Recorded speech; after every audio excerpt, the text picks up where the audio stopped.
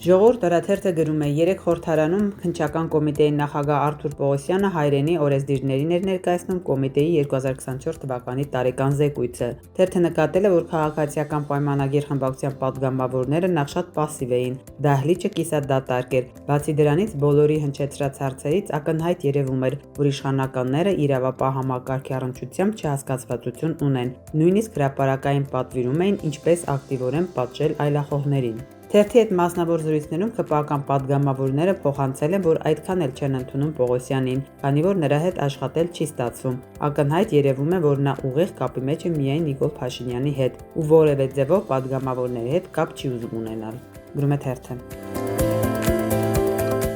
Հրապարակ թերթը գրում է, թեպետ Նիկոլ Փաշինյանն ու իր թիմակիցները պատեհ առիթներով վստահեցնում են, որ քաղաքացիական պայմանագրում թևեր ու ճյուղեր չկան, հաշտ համերաշտ թիմ են, սակայն իրականությունն այլ է։ Շաբաթ օրը Փաշինյանը Սյունիքում մասնակցել էր նաև գեղանկարիչ Հրանտ Դանիելյանի արվեստանոց-թանգարանի բացմանը։ Նկարչի որդին ԿՊԱ-ական պատգամավոր Դավիթ Դանիելյանն է։ Միջոցառմանը ներկա չէր Սյունիքի մարզպետ Ռոբերտ Ղուկասյանը, որը չնայած օդանավակայանում դիմավորել էր Փաշինյանին, սակայն նրա հետ չէր գնացել բացմանը, քանի որ ըստ լուրերի պատգամավորը նրան չէր հրավիրել հոր թանգարանի բացմանը։ Տևական ժամանակ է Դանիելյանն աչք ունի մարզպետի աթոռի վրա եւ իր հովանավոր վարչապետի աշխատակազմի ղեկավար Արայիկ Հարությունյանի միջոցով փորձում է հասնել դրան։ Նա ու գործող մարզպետի հարաբերությունները լարված են։ Գրում է թերթը։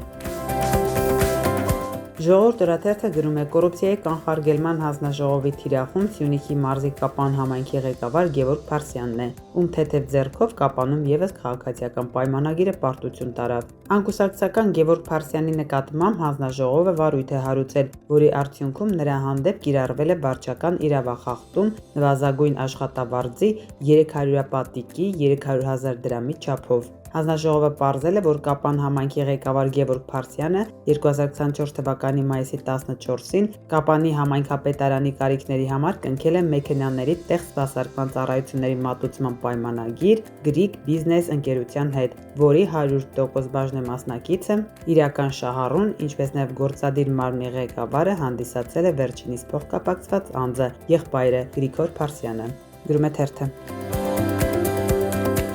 Հրապարակ թերթը գրում է, Բարձրագույն դատական խորհուրդը 3 քննության առավ Վճռաբեկ դատարանի դատավոր Նաիրա Հովսեփյանին կարգապահական պատասխանատվության ենթարկելու միջնորդությունը, որը ներկայացրել է Արդարադատության նախարարությունը։ Նիստին դատավոր Հովսեփյանը մեկ միտք էր շեշտում, որ ինքը հերոսի մայր է, անգամ հարց տվեց նախարարության ներկայացուցչին, երբ է եղել եռաբլուրում։ Մինչդեռ մեկ անգամ արդեն Նաիրա Հովսեփյանին ներել են որդու հանգամանքը հաշվի առնելով, սակայն նա այնքան խախտումներ է թույլ տվել, որ անգամ Աննա Հակոբյանի հետ մտերմությունն արդեն չի փրկում։ Քննության ընդմիջումներին Հովսեփյանը լաց էր լինում կարգապահականի միջնորդության այն հատվածը կարդալիս, որտեղ նշված էր, որ ինքը վարկաբեկել է դատական իշխանությունը։ Գրում է թերթը։ Փաստ թերթի տեղեկություններով Նիկոլ Փաշինյանը Մոսկվայից վերադարձել է չափազանց վատ տրամադրությամբ եւ ավելի ամրացած գիտակցությամբ, որ 2 լարի վրա խաղալու իր ցանկությունը տապալված է։ Նրա ներքին լարվածությունն ավելի է աճել, երբ արդեն Հայաստանում տեղեկություններ է ստացել սեփական կուսակցության վերնախավի շարքերում ջղաձգումների, լարվածության, ապագայի հետ կապված անվստահության վերաբերյալ, ինչպես նաեւ Ռուսաստանի հետ կապված որոշակի բիզնես շրջանակներում տարածվող տեղեկությունների մասին, որ վարչապետի մոսկովյան այցն անարդյունավետ է եղել։ Թերթի աղբյուրի փոխանցմամբ, որպես սեփական շարքերում ապատիկ մթնոլորտի լիցքաթափման գործիք, որոշվել է կազմակերպել հերթական մասկի շոուն, որի թիրախում են լինելու ընդդիմությանը հարող բիզնեսմենները։ Կազմված է անձանց համապատասխան ցանկ եւ ուժայիններին հանձնարարվել է մոտ օրերի ընթացքում այդ բիզնեսմեններին փռել ասֆալտին, ձերբակալել, ընդգծված մասնացուցիչ ձևով նկարահանել, տարածել մասկի շոուն, ապահովելու համար հանրային լայն արձագանք։ Գրում է թերթը։